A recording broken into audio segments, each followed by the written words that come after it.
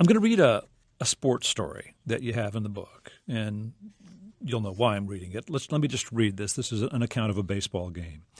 Things looked bleak for the Angels when they trailed by 2 runs in the ninth inning, but Los Angeles recovered thanks to a key single from Vladimir Guerrero to pull out a 7-6 victory over the Boston Red Sox at Fenway Park on Sunday. Guerrero drove in 2 Angel runners. He went 2 for 4 at the plate. Quote, when it comes down to honoring Nick Adenhart, what happened in April in Anaheim, yes, it was probably the biggest hit of my career, Guerrero said, because I'm dedicating that to a former teammate, a guy that passed away. Close quote. Why do you quote that story?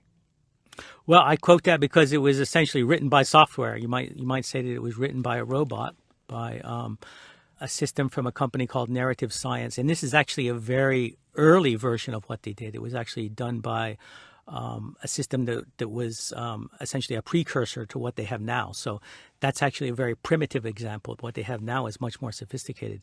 But they generate a whole lot of the news stories that you read, for example, on websites like Forbes.com. Okay, well, let's get into how they do this. I mean, like, there was actually a baseball game. You're saying nobody watched Guerrero get those 2 hits. How did the robot know what to write?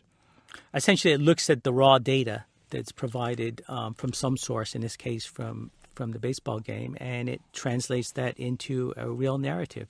It's quite sophisticated. It doesn't simply take numbers and fill in the blanks in a formulaic report. It has the ability to actually analyze the data and figure out what things are important, what things are most interesting, and then it can actually weave that into a very compelling narrative. Right, and it wasn't a formula. It begins by saying things looked bleak for the Angels. It somehow knew enough to bring that adjective to describe the situation, a late-inning situation in a ball game. You're saying these machines are now in use in publications and media outlets already? That's right. They're generating thousands and thousands of stories. In fact, the number I heard was about 1 story every 30 seconds is being generated automatically. And they appear on a number of websites and in the news media. Forbes is one that we know about. Many of the others that use this particular service aren't eager to disclose that. They don't really want you to know that they're doing it this way.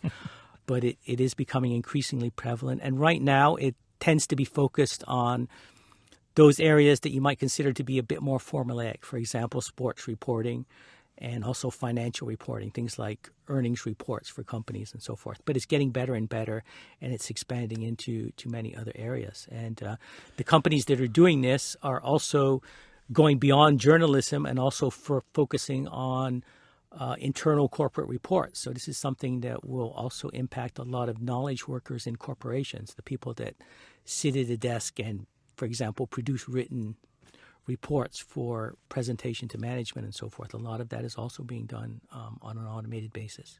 You write that the London Symphony recently played a composition created entirely by a computer? That's right, they did. And it's a system that actually, begins to exhibit creativity. So for the most part, when we talk about what's happening with white-collar jobs and with knowledge-based jobs, for right now, it is the more routine, formulaic type jobs that are predictable, the kinds of jobs where you tend to do the same kinds of things again and again. Those jobs are really being heavily impacted. But it's important to realize that could change in the future. We already see a number of areas like this program that was able to produce this symphony where computers are beginning to exhibit creativity. They can actually create new things from scratch. And I give another example in my book also of a painting program which actually can generate original art, not to take a photograph and Photoshop it or something, but to actually generate original art. So we do see computers beginning to exhibit creativity, and in the future there is the likelihood that we'll see that impact on more and more jobs, even more creative type jobs. Have you heard the symphony? I haven't personally heard it, but it got pretty good reviews from experts that know about symphony music. So it wasn't of poor quality or anything, and they said that it was very interesting. So I think that this is something that we should be aware of in the future. That really, if you go far enough into the future and consider where these technologies are going, it's really hard to come up with a list of jobs on any level that aren't ultimately perhaps going to be threatened by this.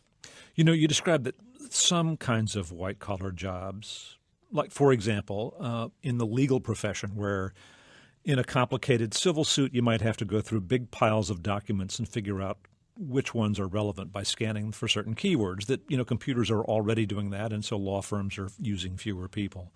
But you also write that middle management jobs that require judgment might be replaced or automated. Can you give us an example and explain what you mean? Well, that's part of what we call the big data phenomenon. And what's happening is that in corporations and organizations, there's just immense amounts of data being collected on all aspects of the operation. And companies are increasingly using algorithmic approaches to churning through this data and essentially finding answers to problems. And it turns out that these algorithms very often can outperform human judgment. So where once you would have had a manager perhaps receiving reports from a bunch of analysts and then going through these reports and making a sort of a gut decision, now you're seeing algorithms that can churn through data and actually produce a much better result and actually, you know, generate decisions that are a lot more effective. And so that ultimately is going to threaten, you know, huge numbers of managers probably in organizations, and also the analysts that produce the reports to give to the managers. So all those jobs are potentially threatened by this algorithmic approach where you've got, you know, huge amounts of data that can really give you an answer that is much better than a human can. You know, we've already seen a lot of offshoring of white-collar jobs.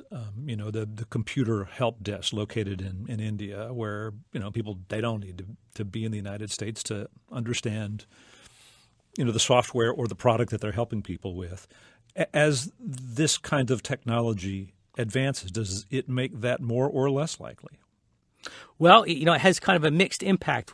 What we see very often is that offshoring is kind of the leading edge of automation. In other words, it's what happens first when you don't have quite the technology to completely automate a job. Then instead you'll go ahead and offshore it to a lower wage worker somewhere else.